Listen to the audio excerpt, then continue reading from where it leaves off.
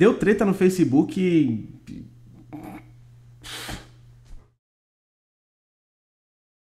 Então, ó, antes de mais nada, eu quero pedir para você se inscrever aqui no canal. Lembra aí de se inscrever, de curtir o vídeo, de compartilhar com seus amigos se você achar que vale a pena e vamos lá. A primeira coisa que eu quero que você entenda é que o objetivo desse vídeo não é fazer fofoca, tá? Eu tenho dois objetivos claros com esse vídeo, que é mostrar para vocês algumas coisas e falar sobre a linguagem do violino popular, como sempre. Esse é o meu tema. Meu tema não é fofoca, mas eu quero usar a treta que deu no Facebook como exemplo para a gente falar um pouco sobre essa questão da linguagem. Eu vou usar isso de maneira didática. Então, não é fofoca. Se você veio aqui esperando isso, você caiu do cavalo, tá? Mas vamos lá. Essa palavra cavalo é uma palavra importante nesse vídeo. Eu já tô dando um spoiler aqui. Vamos lá, deixa eu explicar o que aconteceu. Tem um grupo no Facebook que é um grupo bem conhecido de violinistas. Tem muitos violinistas no grupo. E nesse grupo, todo mundo tentando se ajudar e lá e tal.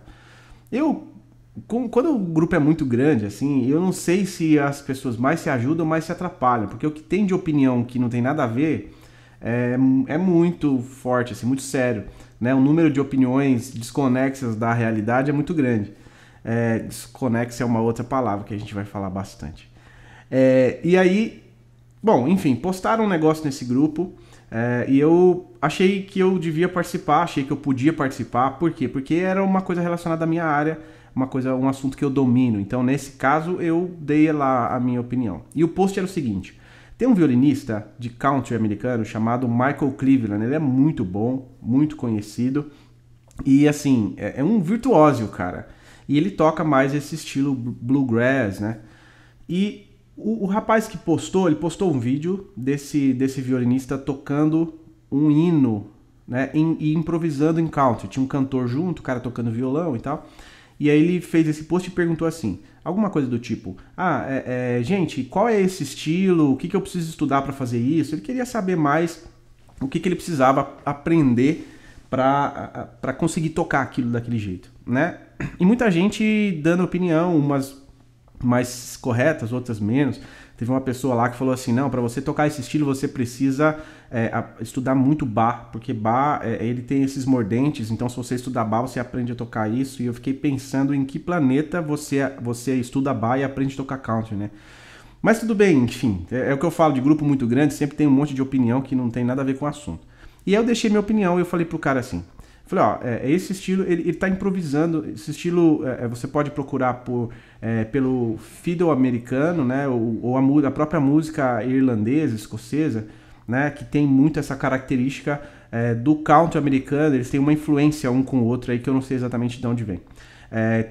Você pode procurar também por bluegrass ou o próprio country mesmo, você vai achar muitos violinistas ensinando e falando sobre isso. Inclusive tem canais falando especificamente sobre esse assunto de grandes violinistas americanos, o que é bem legal, porque você bebe direto da fonte. Então eu comentei isso, alguma coisa parecida com isso, e falei, ó, para você aprender isso, você não adianta achar que você vai estudar Bach, Mozart, Beethoven. Eu dei outros exemplos, né? Quer dizer, não adianta achar que vai estudar música erudita e vai conseguir tocar country daquele jeito, porque esse cara se debruçou sobre a harmonia, se debruçou sobre o fraseado, acentuação, sobre os licks do estilo e tal. Lick é uma outra palavra que a gente vai falar também. Outro spoiler. Beleza, comentei isso. Depois que eu comentei, ficou assim, algumas pessoas começaram a comentar embaixo, não, que legal e tal. E aí entrou um cidadão e aí que começa a treta, tá? Eu tava explicando exatamente como começou para você entender o desenvolvimento. E aí eu vou mostrar a tela do meu celular aqui para você ver o comentário dele. Aí ele escreveu o seguinte, ele falou, ó, o povo perece por falta de conhecimento, já dizia a Bíblia. Deve ser cristão, pelo menos no texto. Os comentários são engraçados. Primeiro que ele está improvisando. A raiz é a mesma do improviso, é a mesma para tudo e todos os segmentos. Não concordei. A única coisa que música, dessa aqui muda, né? A única coisa que muda é a linguagem desse determinado segmento. Funk, soul, neo soul, samba, choro, etc. Não caiam nessa de licks, quer dizer, ele estava discordando de mim com relação à parte dos licks que eu falei que ia falar agora. Estudem harmonia. Estudem harmonia, linguagem, estudem harmonia, né? linguagem, técnicas de improviso. Licks são frases prontas. Isso foge da ideia do improviso. Improviso é criar e não copiar. Não caiam nessa de método Magrão de violino popular. Método Magrão, não sei o que significa. Vão na raiz, com acento, bebam da fonte. Isso sim vai fazer improvisar. Tá bom, essa era a opinião dele. Ele comentou isso embaixo do meu comentário a respeito do estilo. Algumas coisas ele falou que eu já tinha falado, que o cara tá improvisando, e que, enfim... ele falou sobre linguagem, eu tinha falado sobre linguagem também, que você tem que estudar a linguagem do estilo, né? E ele falou isso também. Aí ele falou, não caiam nessa de licks. E aí eu discordei um pouco disso. Por quê? Então essa é a primeira parte que eu queria explicar.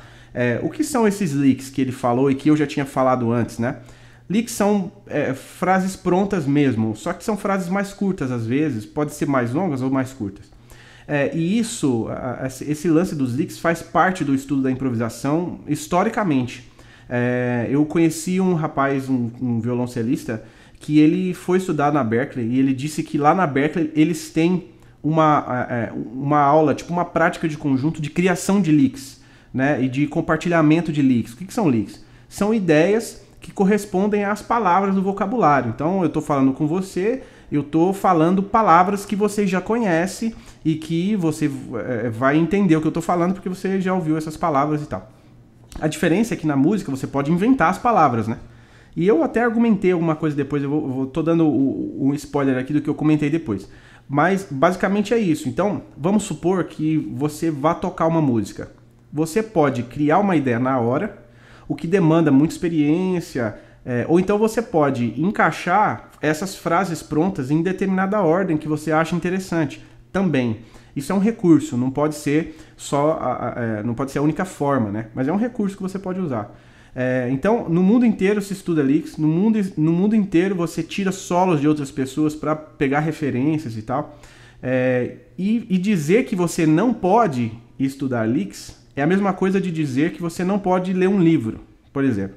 Não, você não pode ler um livro. Se você quiser transmitir uma ideia, você tem que escrever o livro do zero, sem nenhuma ideia na cabeça. Você tem que criar do absoluto zero. E a gente sabe que isso é meio absurdo. Assim, todo mundo que vai escrever um livro, por exemplo, leu outros tantos livros para chegar àquela conclusão, né? E, eventualmente, vão usar essas referências como base para sua tese, né? Então, você pega um livro, no final, no rodapé, sempre tem a referência bibliográfica de onde ele pegou aquela ideia, né? Isso é muito comum. E na música também tem isso, né? Então, tem infinitas improvisações que usam esses licks, essas frases que são comuns aos estilos. Concordo que não é legal você usar só isso, mas você dizer que você não pode fazer isso é ir contra tudo que a gente vê que tem funcionado já há muitos anos, né? O próprio Grappelli, por exemplo, que foi um dos pais da improvisação no violino, ele usa uma sequência de licks, sempre que ele improvisa, ele faz o mesmo estilo de frase, né? E você vê isso presente em várias músicas dele. Significa que ele tem aquela palavra que ele de vez em quando encaixa nas suas frases. E aí eu vou passar aqui, argumentei com ele exatamente isso. Eu falei assim, mano, vou falar com respeito aqui pra gente ter um debate sadio, mas discordo de você na questão dos licks. Música é uma linguagem e toda linguagem tem suas palavras. Os licks seriam equivalentes às palavras. A diferença da língua portuguesa para a música, por exemplo, é que na língua portuguesa você não inventa as palavras. Na verdade, você até inventa, né? Só que as pessoas demoram para entender. E na música você pode inventar os licks. Essas frases curtas fazem parte do vocabulário. E o improviso pode ser algo que você inventa na hora, ou você também pode inventar uma sequência personalizada de licks. E o improviso está na mistura e não na sequência, e não só no inventar na hora. Tem gente que acha que o improviso é só inventar na hora, e não é. Você pegar as palavras e improvisar a frase também é improviso, né? É uma forma de improviso. Tem gente que pode achar melhor ou tem gente que pode achar pior, mas dizer que não é improvisar é besteira, né? Na minha opinião. Então, aí eu coloquei a minha opinião, né, de forma mais direta. Então, na minha opinião, o estudo dos licks é uma ferramenta muito importante. E você pode ver, a maioria dos grandes improvisadores, hora ou outra, repete uma frase, um lick, que já faz parte do seu vocabulário. Tipo o Coltrane, né? Eu dei o exemplo do Coltrane, que é saxofonista, que fez um solo muito top, assim, que ficou famoso, numa música chamada Giant Steps. tipo Coltrane no Anthological Solid Giant Steps ou Lockwood em Misty, etc. Você consegue reconhecer algumas frases que se repetem de tempo em tempo. Então precisa de equilíbrio. Se fazer só licks, deixa o improviso mecânico. Sem licks, fica sem padrão. Mesmo que ao invés de copiar, você crie os seus. Abraço. Então essa foi minha opinião, né? E foi o que eu falei. Eu acho que faz parte do processo. Você estudar os licks faz parte do processo de criação. E ter esses licks na mão é super importante mesmo. Aí pronto. Aí eu acendi a fúria da fera enjaulada. Porque eu dei minha opinião contrária à opinião dele, né? E aí, você viu, você acha que eu em algum momento fui desrespeitoso? Aliás, comenta aqui o que você acha sobre o que eu falei, sobre o meu argumento. Se você acha que faz sentido, se você acha que não faz sentido. Então, enfim, eu argumentei com o que eu acho que era interessante. E aí, vamos lá. Ele escreveu com caixa alta, assim. Na sua opinião, eu falo de fatos. E seu achismo é totalmente desconexo. Lembra que eu falei da palavra desconexo? Vou parar por aqui para não ser um cavalo com você. É que eu tenho um sério problema com pontuação e língua portuguesa, mas eu tenho um sério problema com achismo e que eu leio e escuto. Falou muito, mas falou... Cara, que coisa, eu fiquei de cara com isso. Eu falei... Da onde saiu tanta raiva? Eu só discordei dele. E assim, é engraçado porque... Bom, aí eu respondi ironicamente, debochado do jeito que eu sou. Falei, beleza então, eu não sei do que eu tô falando, foi mal aí. Você deve tocar demais pra achar que tem o direito de ser um cavalo com quem discorda educadamente de você. Parabéns pela humildade e abraço. Então, eu fiquei de cara, eu olhei e falei assim, cara, duas coisas que a gente precisa entender. Eu falei pra vocês o que são leaks, né? Falei a primeira coisa. E a segunda coisa é o seguinte. Guarda isso no seu coração aí, por favor.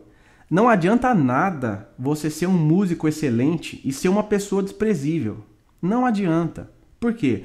Porque pessoas desprezíveis, elas afastam aqueles que querem aprender, aqueles que querem até com a possibilidade de mudar de opinião. De repente, ele poderia argumentar comigo e me mostrar assim, que ele tem razão no que ele está falando, sei lá. Embora pela minha experiência, pelos anos de aula que eu já fiz de violino popular, por toda a bagagem que eu já adquiri ao longo de cursos, não estou querendo falar, a gente já entendeu. Todos os professores que eu tive falam a mesma coisa, que estudar licks faz parte do processo. Então, acho difícil ele conseguir me convencer do contrário. Mas, no mínimo, a educação deveria ter rolado, né? Então, não adianta nada, gente, por favor, não adianta nada você ser um grande músico e ser uma pessoa desprezível, tá? Por quê? Porque o argumento dele aqui é zero, em termos do que eu falei. Ele não refutou o que eu falei. Ele me xingou, basicamente, né? Disse que o que eu falei era desconexo, mas também não falou por quê.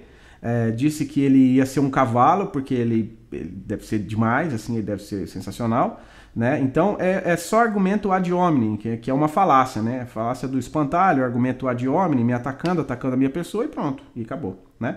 E aí eu fiquei assim, falei, tá bom, eu vou falar o quê pra uma pessoa dessa, né? Então essa é a segunda coisa que eu queria falar com o vídeo, que eu acho que falta muito nas pessoas, não só na música, mas na vida, a capacidade de debater ideias contrárias a você de maneira aberta, de maneira sincera. Por quê? Porque nós não somos perfeitos e pode ser que a gente esteja errado, né? Então a gente tem que estar aberto para conversar, tem que estar aberto para o contraditório, para ouvir o que as pessoas têm para nos dizer e quem sabe a gente convence a pessoa do que a gente está falando ou vice-versa, ou a gente pode ser convencido também de que nós estávamos errados e todo mundo precisa estar aberto para isso. E eu resolvi fazer esse vídeo porque eu acho que a música ela tem uma questão didática e educacional. Música não é só performance em cima do palco, música não é só isso. Tá cheio de artista babaca no mundo que acha que porque tem o rei na barriga lá e que acha que é demais só porque ficou famoso. Inclusive esse rapaz, um parênteses aqui. Eu fui visitar o perfil dele depois no Facebook para ver se ele era tipo o Itzhak Perlman do violino popular, né? Falei, esse cara deve ser uma sumidade, né? E eu ouvi algumas músicas que ele tocou, né? Não vi uma não, vi algumas, alguns vídeos que ele tem.